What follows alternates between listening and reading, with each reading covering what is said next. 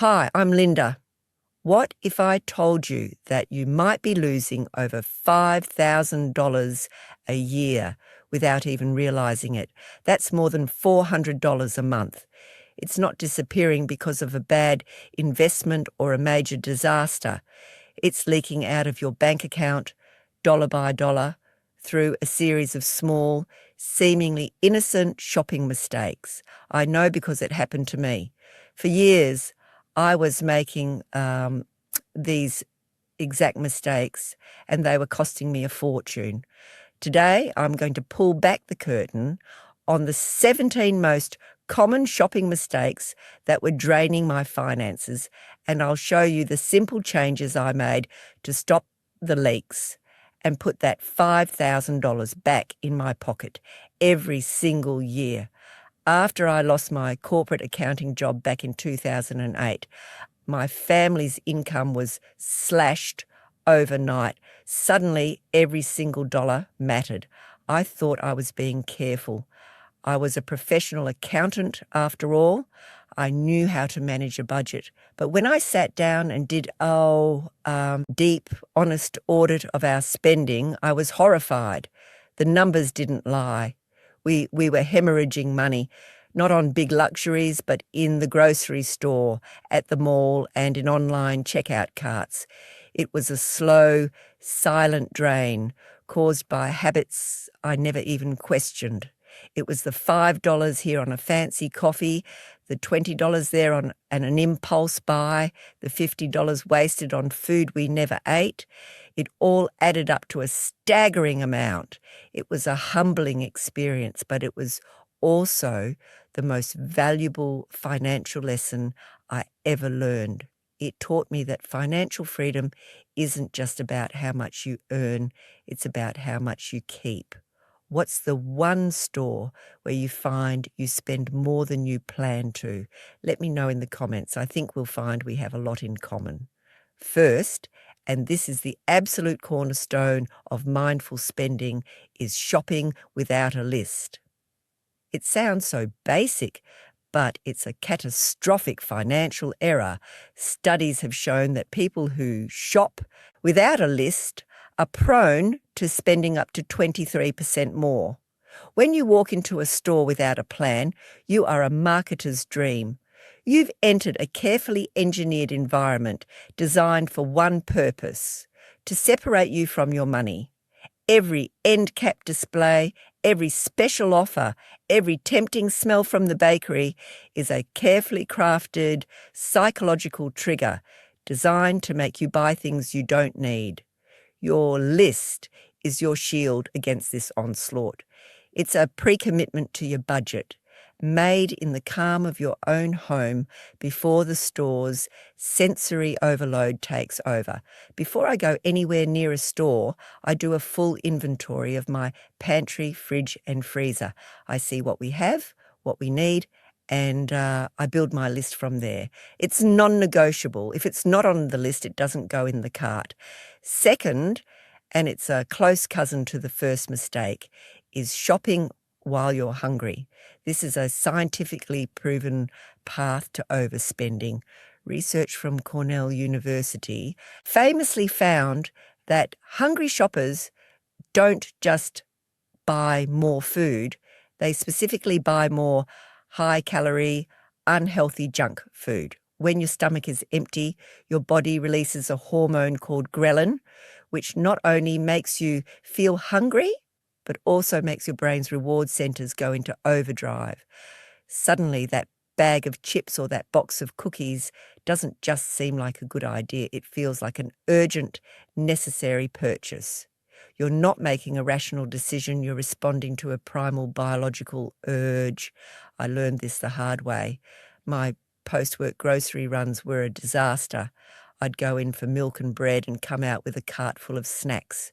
Now I make it a rule to have a healthy snack like an apple or a handful of almonds before I go to the grocery store. It calms my brain and allows my shopping list, not my stomach, to make the decisions.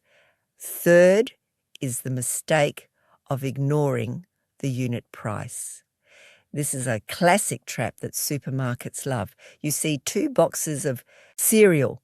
One is a large box on sale for $4.50. The other is a smaller box at its regular price of 3 pesos. The sale seems like the better deal, right? Not necessarily. This is where you have to put on your detective hat and look for the unit price, which is usually in tiny print on the shelf tag. It will tell you the price per ounce or per pound or per 100 sheets. That's the only way to make a true apples-to-apples comparison. I was shocked when I started paying attention to this. I found a family-size box of crackers that was on sale, but its unit price was 15 cents per ounce. The smaller, regular-priced box right next to it was 12 cents per ounce. The store was counting on me to see the big, bright sale tag and not do the math. It's a deliberate tactic to confuse you. Now, I never look at the sale price first. My eyes go directly to the unit price tag. It's the only number that tells the real, unvarnished story. Fourth is the siren song of pre-cut and prepared foods. Get it? We're all busy. The idea of buying a container of pre-chopped onions or a bag of pre-washed, pre-cut lettuce is incredibly tempting, but you are paying a massive premium for that convenience. I did some research and the markups are staggering. A bag of pre-cut green beans can have a markup of over 190% compared to buying them whole. A container of pre-cut melon can cost you 300% more than buying the whole melon and cutting it yourself. Shredded cheese, marinated chicken breasts, pre-made burger patties. They all come with a huge convenience tax. You're not just paying for the food, you're paying for the labour, the packaging, and the profit margin on that labour and packaging. I made a simple switch. I dedicate about an hour on Sunday to what I call my power prep. I wash and chop my vegetables for the week. I portion out snacks. I marinate my proteins. It saves me a huge amount of money, and it actually makes cooking during the week much faster and less stressful. Fifth is blind brand loyalty. We all have our favourite brands, the ones our parents used, the ones with the catchy commercials, but sticking to a name brand without ever comparing it to the store brand is like voluntarily throwing money away. On average, store brands, also known as private labels, are 25 to 40% cheaper than their name brand counterparts. And here's the secret the big brands don't want you to know. In many cases, they are made in the exact same factory using the exact same ingredients. The only difference is the label and the price. You're paying a huge premium for the millions of dollars the name brand spends on advertising, celebrity endorsements, and fancy packaging. It has nothing to do with the quality of the product itself. I started doing blind taste tests with my family. I'd buy the name brand cereal and the store brand version, and I wouldn't tell them which was which. More often than not, they either couldn't tell the difference or they actually preferred the store brand. Now my pantry is filled with store brands, and I'm saving a significant amount on every single grocery bill. Sixth, and this is a huge one, is shopping without a meal plan. When you don't have a plan for what you're going to eat, you end up buying a random assortment of ingredients that don't necessarily go together. This is the root cause of most food waste. You buy a bunch of cilantro for one recipe, use a tiny bit, and the rest wilts in your crisper drawer. The average American family of 4 throws away between $1,500 and $20,900 worth of food every single year, according to the USDA and the EPA. That's a staggering amount of money to literally put in the garbage. It's like taking a $1,000 stack of bills and just setting it on fire. My meal plan is my financial command center. Every Sunday, I sit down with the weekly sales flyers.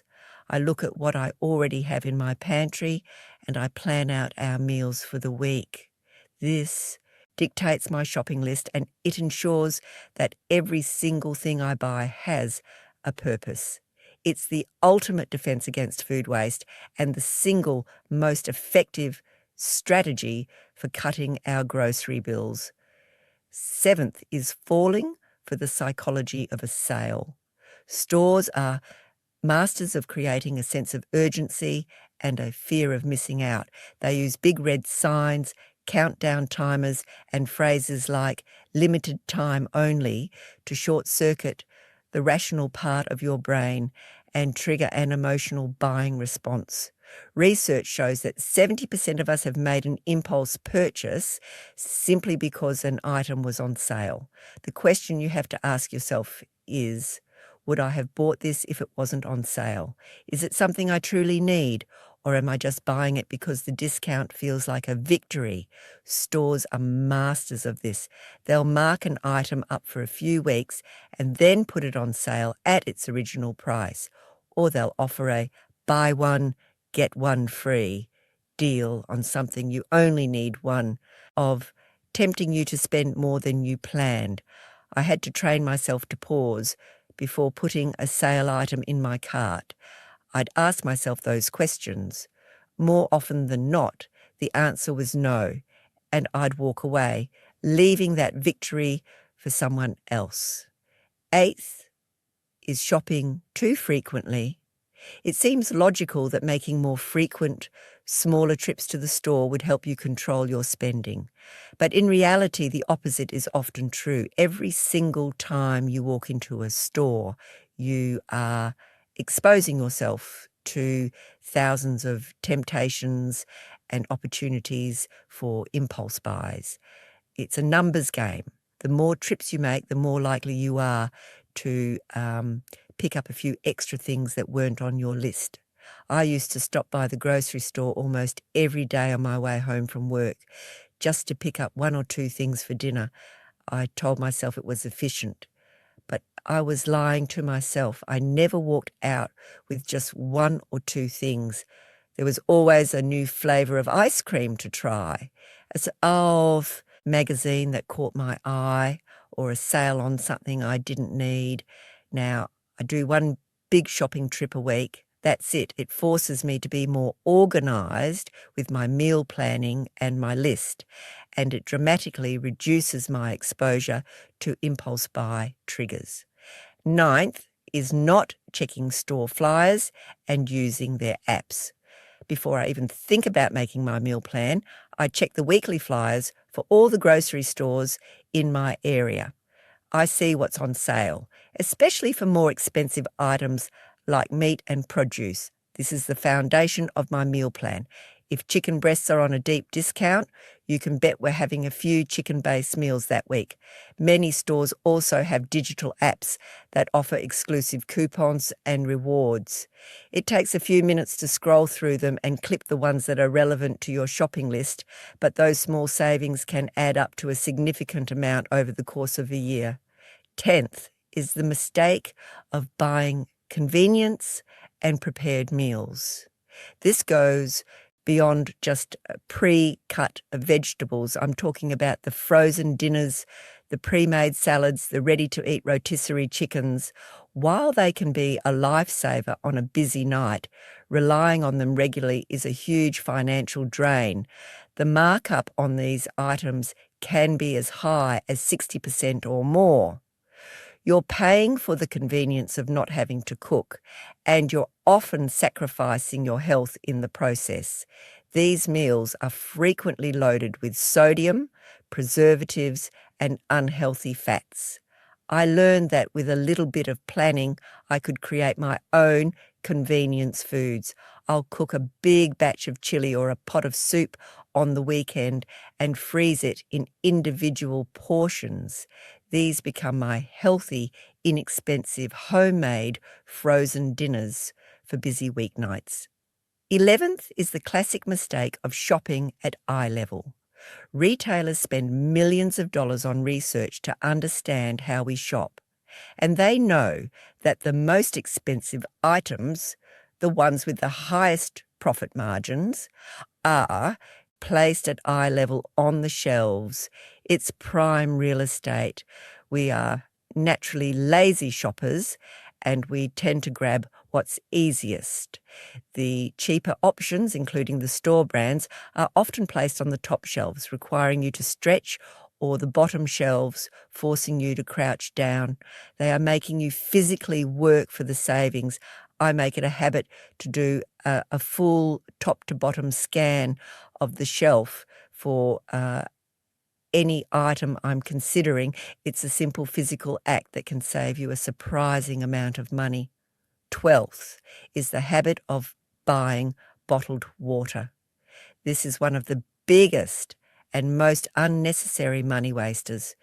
You are paying a massive premium for something you can get for nearly free from your tap. Depending on where you live, tap water can be thousands of times cheaper than bottled water. If you're concerned about the taste or quality of your tap water, a simple, inexpensive water filter pitcher or a faucet-mounted filter is a one-time investment that will pay for itself in a matter of weeks. I invested in a good quality, reusable water bottle for everyone in my family, and we fill them up at home. The savings are enormous, and it eliminates a huge amount of plastic waste. It's a win for your wallet and a win for the planet. 13th is not taking advantage of cashback apps and coupons. In the digital age, there is no excuse for not getting a little bit of money back on your purchases. There are numerous apps that offer cash back on your groceries and other shopping. It takes a few minutes to scan your receipt after a shopping trip, but that money adds up. The same goes for coupons. I'm not talking about spending hours clipping paper coupons like in the old days. Most stores have digital coupons that you can clip in their app with a single tap. It's free money. Leaving it on the table is a financial mistake. 14th is emotional shopping. We've all been there. You've had a bad day at work, you're feeling stressed or bored, and you find yourself browsing online or wandering through the aisles of your favourite store. This is when you are at your most vulnerable. Shopping can provide a temporary dopamine hit, a feeling of pleasure and reward that makes you feel better in the moment. But it's a fleeting feeling, and it's often followed by a wave of buyer's remorse and the same stress you were trying to escape, now compounded by financial guilt. I had to learn to recognize my emotional triggers. When I felt that urge to shop out of boredom or stress, I had to find a different, healthier coping mechanism. I'd go for a walk, call a friend, read a book, or work on a hobby. It's about replacing a destructive habit with a constructive one. 15th is buying in bulk without a plan. Those big warehouse stores can be a fantastic source of savings, but they can also be a minefield of overspending and waste. Buying a giant container of something you use regularly, like toilet paper or olive oil, can be a smart move. But buying a massive bag of avocados or a huge tray of muffins because the per unit price is low is a terrible idea if you can't realistically use them all before they go bad. I have a strict rule for warehouse shopping. I only buy non-perishable items that I know we will use in a reasonable amount of time, or perishable items that I can portion out and freeze immediately. That giant bag of spinach is not a good deal if you're going to throw half of it away. 16th is ignoring expiration dates. This is a simple but crucial mistake. When you're at the store, especially for perishable items like dairy, meat, and bread, take a moment to check the expiration date, and don't just grab the one in the front. Retailers practice something called stock rotation, where they put the items with the soonest expiration dates at the front of the shelf to ensure they get sold first. It's an efficient system for them, but it can lead to waste for you. So become a reacher. Reach to the back of the shelf. You'll often find an item with a date that's a week or more later. This simple habit can be the difference between using that container of yogurt and throwing it in the trash. 17th, and this is a subtle one, is grabbing a shopping cart when you only need a basket. It's a psychological trick. When you have a big empty cart, you feel a subconscious urge to fill it. A few items look lonely and insignificant in that vast metal cage. It's a psychological phenomenon known as goal gradient hypothesis. The closer you are to filling the cart, the more motivated you are to finish the task. If you're just running into the store for a handful of things, grab a handbasket instead. It physically limits the amount you can buy, and it makes you much more conscious of each item you add.